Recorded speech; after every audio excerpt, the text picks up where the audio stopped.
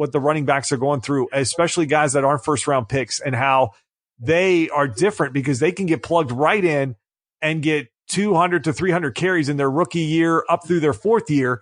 And they may be limping into that second contract and may not even get it. That's something that has to be handled by the CBA. What we have is now, and Zeke's under contract. I actually think, Eric, the resolution for this could be Zeke not coming into week 10, because that's what he needs to come into, accrue the season so he can get to the fifth year. Because if he sits out this year, next year, guess what? He's in the same boat, making the same money with the same contract, and he's still that much further away.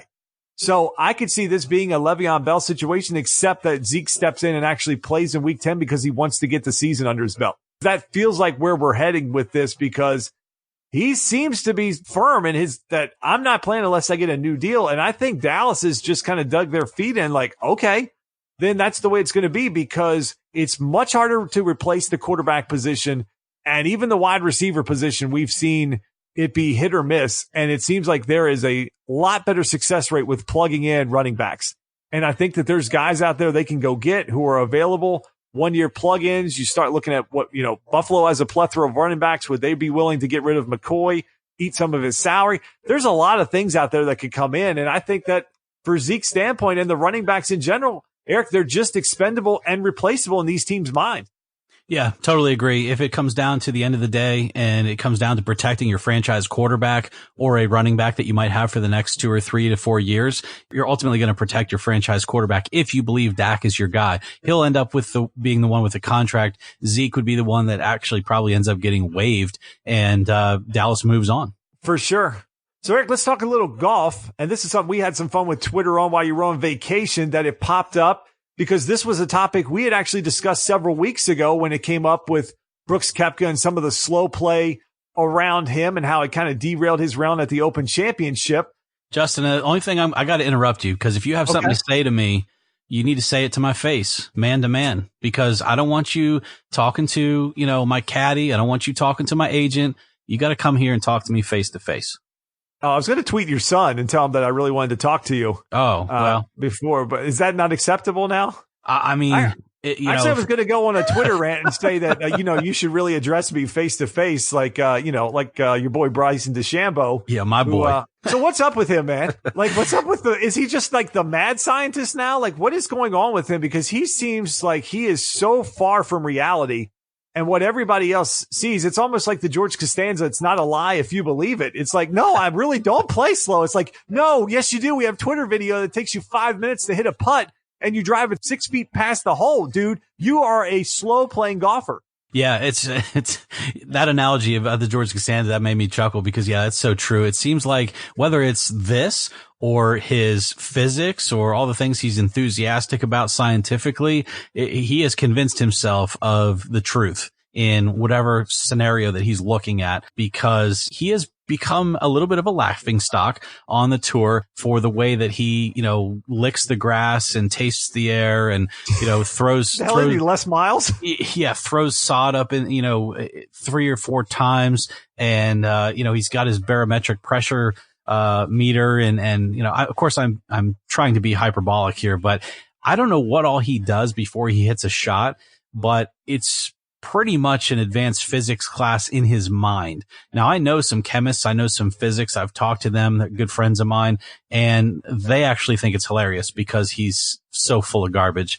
Play golf, dude. That's really what this comes down to, is play golf. Everyone out there is just trying to play golf as a career, have a good time. A lot of these guys are young guns now. The Phils and the Tigers and those guys are still around. But this tour is becoming more and more dominated by the early 20s, mid 20s, which Bryson falls into that category. And yet he's turning himself into a sideshow. The bottom line is, we talked about this a little bit with the Open Championship. When Brooks Koepka gets paired with slower players, it becomes frustrating. Bryson DeChambeau being one of them. Well, Bryson is getting under the skin of a lot of players now. And see, the thing about it is, golfers are not usually very quick to start calling each other out. And yet there are people in the PGA Tour calling Bryson DeChambeau out publicly on Twitter, to which now he's upset about because he's going out and defending himself and saying, yeah, well, I get to my ball faster. And so I'm actually saving time by, I don't know, jogging from the tee to his fairway shot or whatever. And it's all complete BS. And then he says in the media, like, if you have a problem, talk to my face. Don't put it on Twitter. Come talk to me man to man. And then the best part is the next day, this was a couple weeks ago in a tournament when this was all really happening. Of course, I was on vacation when this was going on. And so we couldn't bring it up, to the show at that time. But then the funniest part about it, he goes after this interview, post-game interview where he's telling everybody to talk to him man to man, face to face. He goes to the practice green and tells Brooks Koepka's caddy that, hey, tell your boss I want to talk to him, or if he has a problem, come to my face. Like, dude, do you really understand the irony in this, that you're telling people to come talk to you man to man, face to face, and you're delivering that message through someone's caddy? I mean, he's just a sideshow at this point, Justin. Yeah, he really is. And I know you had some stats about just somebody taking a look at just how long he averages per shot. Yeah, and it's right there. Exactly. It's right there in black and white. I mean, his average shot. So here we are recording on Thursday night. The Tour Championship has started, and the stats for the first round. DeChambeau's still out on 15. Yeah, I don't know if he's done yet, right? So someone took a stopwatch and actually timed him. His time to hit a drive was 32 seconds. His time to hit an approach shot was 44 seconds. His time to hit a shot that was a pitch, so like 50 yards and under, a pitch or a chip, was nearly 47 seconds. And then his time to hit a putt was nearly a minute and a half. And the PGA Tour sort of unwritten gentleman's rule is that you have 40 seconds to play your shot. Once you're at your ball, you have 40 seconds. So almost every one of those numbers that I just read to you is over 40 seconds. And on the green in the putting stat, he's almost double that. So yeah, it's no wonder that his playing competitors are getting frustrated. I mean, come on. Golf is a game of rhythm. You and I know that because we play, and you can get so out of rhythm. And when you're standing there, and there's lots of funny Twitter videos now of like Justin Thomas standing there with his arms folded, or Brooks Koepka like rolling his eyes and sort of walking away. And all of these guys are just, you can't stand there as a fellow competitor for 2 minutes scratching your nuts and looking at the clouds and doing everything else while this guy's trying to figure out how to play his shot, because it takes you out of your rhythm. And that's what players are getting frustrated about, is he's just not being fair to the game. And what I don't understand is the rule is there, right? That you have to hit a shot within 40 seconds. So it is. Why, the Tour just doesn't enforce it. That's the problem. Why don't they enforce it, though? Because they're going to need to, yeah. What we've talked about with golf is really since Tiger left, there's been no rivalries. No one ever speaks out against each other. No one really dislikes each other. I mean, everybody jumped on the Jordan Spieth and Patrick Reed quote unquote rivalry. And it was like they looked at each other, the wrong, or they didn't fist bump after one of them made a putt or something. These guys typically don't have anything negative to say about each other. And here these guys were just like trashing DeChambeau by name on Twitter. And it wasn't just one, it was multiple guys, which you just never see. Yeah, they were adding him, right? Are pissed off. So I just don't understand why the PGA Tour officials don't just say, okay, we're going to put a stopwatch on you guys. And if you can't get a shot off within 40 seconds, we'll start to penalize you. And I guarantee you that it will speed guys up, because there's nothing worse in golf than taking penalty strokes. It kills your game. And if that starts to happen to him, he'll speed up, or he'll be out of contention and you won't have to worry about him on Saturday and Sunday. And at least those rounds that are highly covered and people watch on TV won't be derailed by some guy that wants to take 4 minutes to hit a putt that isn't even close. So I think it's an issue that golf really has to look at, Eric, and get fixed, because even golfers on Twitter were siding with fans saying, yeah, I understand why you don't want to watch. It's miserable to be out here playing. I can only imagine what it's like to just watch a guy walk around and run up and see what the shot's going to look like, then come back, then talk to his caddy, then figure out what same length club he wants to use and all that stuff. You never see it in golf, so they better fix it, Eric, because it seems like it's a big issue. Yeah, you're 100% correct. If they start really enforcing the rule to the point of taking penalty strokes from these guys, that will cause a change. And really, when I say these guys, there's only a handful of guys that break the rule consistently. Now, I understand on the PGA Tour, that a round of golf typically takes 4.5 to 4 hours and 45 minutes because they're analyzing a lot more things than we do when we're, chugging a beer or a Mountain Dew and playing a Saturday scramble.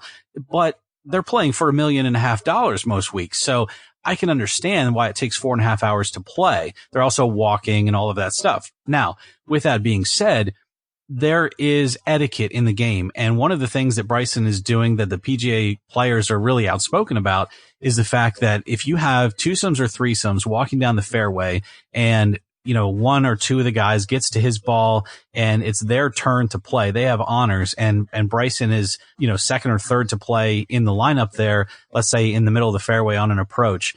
Bryson could be taking care of all of this physics garbage that he does while some of these other guys are hitting their shot in the same groove so that half that crap is done by the time it's his technical turn and that 40 seconds begins. He's not doing that. He's starting all of that grass licking and cloud watching when it's his turn. He doesn't do anything prior to that. And so it really does slow the group down. And yeah, you want to start racking up penalty strokes, that'll change real quick. Justin, a guy that has no problem with speed lately is our buddy Matt DiBenedetto, and I wish he was my buddy because he seems like a really, really nice guy, really cool guy. I know last year we were thinking about getting involved with Go Fast Racing and trying to do a little bit with sponsorship on the rear quarter panel of the 32 car at that time.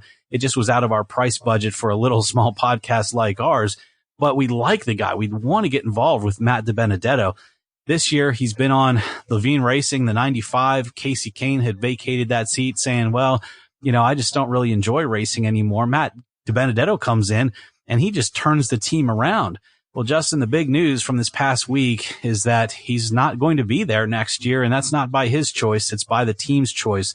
It's a business decision. It's not because he's a bad guy or a bad racer. In fact, he's provided the team the best year they've ever had, and yet he finds himself unemployed. Justin, talk just briefly as we end Talk Worthy here in segment 1 about sort of the mean part of NASCAR.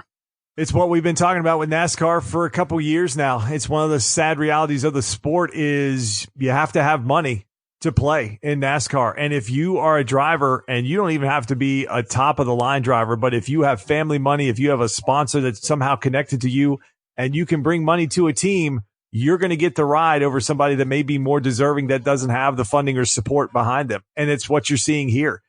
It's Toyota Racing has a guy in Christopher Bell that they've brought up in a developmental driver. They've had him with Gibbs. He's come up. He's their future. And they do not want to risk losing him, nor do they want to risk losing a guy like Eric Jones. Both these guys are able to attract sponsors.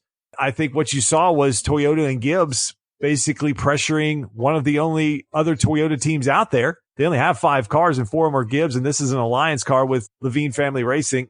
Gibbs or Toyota, maybe they sweeten the deal because, Eric, what stood out to me during the broadcast was when DiBenedetto was leading this race, Parker Kligerman came on and said that he is running a generation car behind what Denny Hamlin had, who was chasing him down. Yeah. And I think what Bob Levine probably looks at is, okay, well, I'm doing the best I can with what I have. But if I can put one of the youngest stars, upcoming stars, superstar potentially in one of my cars, and Toyota and Gibbs is going to up the level of equipment they're giving me, we could legitimately be the next Furniture Road Racing, a single car team that's affiliated with Gibbs that could have a guy that could win multiple times a year. And as an organization coming into this year, they only had 7 top 10s since starting the team in their early part of this decade in about 2011. Now, they already have 5 this year with DiBenedetto, so even the upgraded driver and some of the equipment upgrades they have made a difference. So I think maybe in their mind, they just feel like, look, we have to do what's best for the race team, and we're going to get more support. And, I haven't heard this, but I'd have to think if Toyota is going to put Christopher Bell in the car, they want him to be in the same equipment and same kind of car that Eric Jones, Kyle Busch, Denny Hamlin, Martin Truex Jr. have. They don't want to put him in inferior equipment. So, Eric, I think that's what it comes down to is just money. And we've seen it play out.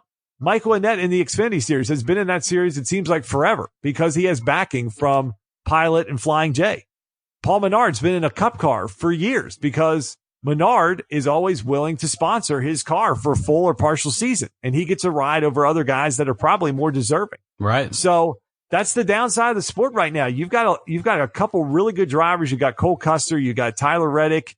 You've got Matt DiBenedetto. All these guys are sitting out there without rides for next year. And you start looking at what's out there and you're like, there's really no seats because there's really only about 20, 21 quality rides in NASCAR right now.